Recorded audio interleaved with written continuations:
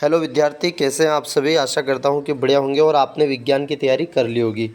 आज के इस लेक्चर में हम ये देखेंगे कि इम्पोर्टेंट 41 क्वेश्चंस हमने आईएमपी क्वेश्चन, महत्वपूर्ण क्वेश्चन जो निकाले हैं विज्ञान के हैं, और आप केवल इसमें मिलान कर लीजिएगा कि इन प्रश्नों को आपने किया है या नहीं। प्रत्येक चैप्टर में से हमने 4 से 5 क्वेश्चन, किसी चैप्टर में 3 क्वेश्चन निकाले, किसी में 4, किसी में 5, ओवरऑल मतलब 41 क्वेश्चन पूरे चैप्टर में। तो आपको वीडियो को स्किप नहीं करना, छोटा सा वीडियो है, लेंथी वीडियो नहीं है, केवल आप मिलान कर लीजिएगा कि क्या आपने इन प्रश्नों को कर लिया है। इसके अतिरिक्त भी आपने कर लिया है तो कोई दिक्कत नहीं पहले, लेकिन इनका मिलान कर लीजिएगा। ये कंटेस्ट तो और अच्छे से आपको याद होना चाहिए। जैसे चैप्टर नंबर 1, वायु में जलाने से पूर्व मैग्नीशियम रिबन को साफ किया जाता है, ये आपको कंप्लीट अच्छे से याद होना चाहिए। ऊष्मा छिपी हुई ऊष्मा से अभिक्रिया को उदाहरण सहित समझाइए। अब इसमें परिभाषा और समीकरण दोनों कंप्लीट करना है। ऊष्मा छिपी और ऊष्मा शोषी की संचरण क्या है, लोहे संचरण क्या है। कभी कभी इतना सा प्रश्न आ जाता है 2 नंबर का, संचरण क्या है। कभी पूरा आ जाता है लोहे की वस्तुओं पर हम पेंट क्यों करते हैं। कभी एक साथ आ जाता है संचरण क्या है, लोहे की वस्तुओं को हम पेंट क्यों करते हैं। क्वेश्चन नंबर 4 है तेल एवं वसायुक्त पदार्थों को नाइट्रोजन से प्रभावित क्यों किया जाता है। भाई 2023 में इसके जैसा सेम एक प्रश्न पूछ लिया गया था कि आलू के चिप्स की थैली को नाइट्रोजन गैस से क्यों भरते, समझाइए। एक जैसा ही है, तेल और वसायुक्त की जगह हम क्या यूज़ करेंगे, आलू के चिप्स की थैली। जो नाइट्रोजन, जो कुरकुरे की थैली रहती, जो पूरा कंप्लीट आपने देखा उसमें नाइट्रोजन गैस भरी होती है ताकि विकृत गंदी यानी कि पदार्थ बेकार ना हो। तो ये 4 क्वेश्चन इस चैप्टर से आपको करना, मतलब 4 क्वेश्चन इस चैप्टर से आपको अच्छे से याद करना है। अतिरिक्त आप कितने भी कर सकते हैं, लेकिन ये 4 तो आपको याद ही होना चाहिए। मैं नहीं कह रहा हूँ कि 41 क्वेश्चन में से ही पूरा आएगा, लेकिन मैक्सिमम क्वेश्चन इन 41 क्वेश्चनों में से आएगा। क्लियर, चलेगा। आगे देख लेते हैं हम चैप्टर नंबर 2, अम्ल, क्षार एवं लवण। इससे क्या क्या करना, सबसे पहला प्रश्न कर दीजिएगा अम्ल एवं क्षार में अंतर क्या है। यदि याद है तो टिक करते चाहिए कि हाँ सर ये प्रश्न हमें आते हैं, और वीडियो मतलब आपको कमेंट में बताना कि हाँ सर ये अच्छे से हमने कंप्लीट कर लिए हैं। ठीक है। प्लास्टर ऑफ पेरिस को आर्द्ररोधी बर्तन में क्यों रखा जाना चाहिए, समीकरण सहित लिखिएगा। अगला क्वेश्चन, निम्न को समझाइए और उनके उपयोग, रासायनिक सूत्र लिखिए। देखिए बेकिंग सोडा, विरंजक चूर्ण, प्लास्टर ऑफ पेरिस और धोने का सोडा। इनमें से कोई से भी 2 क्वेश्चन, 2 आ जाते हैं। कभी विरंजक चूर्ण आ जाता है, कभी प्लास्टर ऑफ पेरिस आ जाता है, कभी बेकिंग सोडा आ जाता है, तो कभी धोने का सोडा आ जाता है। तो इनके उपयोग भी 2-2 उपयोग कर लेना अच्छे से, और रासायनिक सूत्र कर लेना इनसे। जैसे विरंजक चूर्ण का, प्लास्टर ऑफ पेरिस, खास करके इन दोनों का, विरंजक चूर्ण और प्लास्टर ऑफ पेरिस का सूत्र भी याद करना है, और आपको इनके उपयोग भी लिखना है, कहाँ कहाँ इनका उपयोग है। भाई ये 3 क्वेश्चन इस चैप्टर से अच्छे से याद होना चाहिए। बाकी आप कितने भी कर सकते हो, आपके ऊपर डिपेंड है। चलेगा। अगला क्वेश्चन है, अगला चैप्टर है धातु एवं अधातु। रासायनिक भौतिक गुणधर्म के आधार पर अंतर लिखिए, पहला प्रश्न। दूसरा, निम्न को परिभाषित कीजिए, खनिज, अयस्क, गेंग, ध्वनिक, आघातवर्धनीयता, तन्यता। अगला, संचरण के सुरक्षा के 2 तरीके लिखिए। ये आपके 3 क्वेश्चन इस चैप्टर के हो गए भैया, है ना। अगला है चैप्टर कार्बन एवं उसके यौगिक। प्रथम 4 हाइड्रोकार्बन के नाम सूत्र एवं संरचना सूत्र लिखिए। कभी कभी ये प्रश्न एल्केन समूह का पूछ लेता है, क्या कि एल्केन समूह के नाम सूत्र एवं रासायनिक सूत्र, तो आप कंफ्यूज नहीं होना। एल्केन मतलब वो मेथेन, एथेन, प्रोपेन, ब्यूटेन वाला, वो 4 हाइड्रोकार्बन ही है। तो कभी हाइड्रोकार्बन, तो आपको कंफ्यूज नहीं होना है। प्रश्न बदल के भी आ सकते हैं, अथवा में भी इस प्रकार से आ सकता है ना।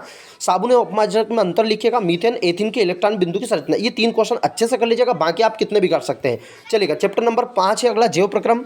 अंतर लिखिए। जाइलम एवं फ्लोएम वेरी मोस्ट है। रक्त एवं लसिका में अंतर, इन 2 प्रश्नों को तो करना ही है। यदि आपको टाइम मिल जाए तो आक्सीय एवं अनाक्सीय स्वजन, जिसको वायु और अवायवीय बोला जाता है, धमनी एवं शिरा, ये 4 अंतर है। भले ही बाकी करो नहीं करो, लेकिन अंतर को अच्छे से कर लेना। और दूसरा क्वेश्चन यहाँ से आता है नामांकित चित्र का, मानव उत्सर्जन तंत्र का या मानव हृदय का, पाचन तंत्र का। तीनों में से किसी एक का अच्छे से आप कंप्लीट कर लो। यदि तीनों अच्छे से आते हैं तो कोई परेशानी नहीं है ना। भोजन के पाचन में लार की क्या भूमिका है। भैया 3 प्रश्न यहाँ से ये हो गए हैं आपके कंप्लीट। नियंत्रण एवं समन्वय वाला, तंत्रिका कोशिका न्यूरॉन का नामांकित चित्र बनाइए, मानव मस्तिष्क का नामांकित चित्र बनाइए एवं कार्य। कभी मानव मस्तिष्क का कार्य लिखने के लिए आ जाता है, तो कभी चित्र बनाने के लिए आ जाता है। अगला क्वेश्चन है, निम्न हार्मोन के प्रत्येक का एक कार्य लिखिए। जैसे कि हार्मोन्स है, जैसे थायरॉक्सिन, एड्रिनल, इंसुलिन, वृद्धि हार्मोन्स, कभी कभी डायरेक्टली दे जाता है। 4 पादप हार्मोन के नाम लिखिएगा, जैसे ऑक्सिन, जिबरेलिन, साइटोकाइनिन, एब्सिसिक अम्ल और वृद्धि रोधक हार्मोन। इनको आपको कंप्लीट करना है। जीव में जनन कैसे करते हैं, निम्न को समझाइए।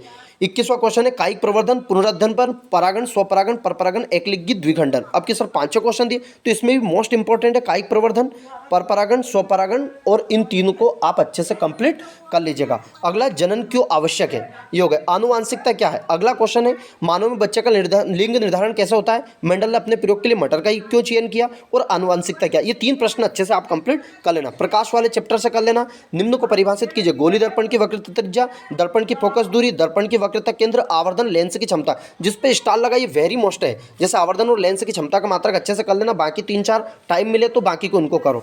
फिर उत्तल लेंस, अवतल लेंस, समतल दर्पण का उपयोग लिखिए। या तो कभी अवतल का आ जाता है, कभी उत्तल का आ जाता है, कभी समतल का, दोनों आपको अच्छे से कर लेना। ये चैप्टर इसमें से कंप्लीट हो जाता है। अगला है चैप्टर है मानव नेत्र रंग बिरंगा संसार। इससे क्या करना है सर?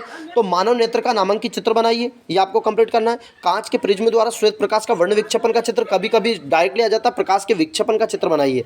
स्वच्छ आकाश नीला क्यों दिखाई देता? निकट दृष्टि दोष और दूर दृष्टि दोष। यदि ये टाइम मिलता है तो अगला ये प्रश्न करना है 31वां।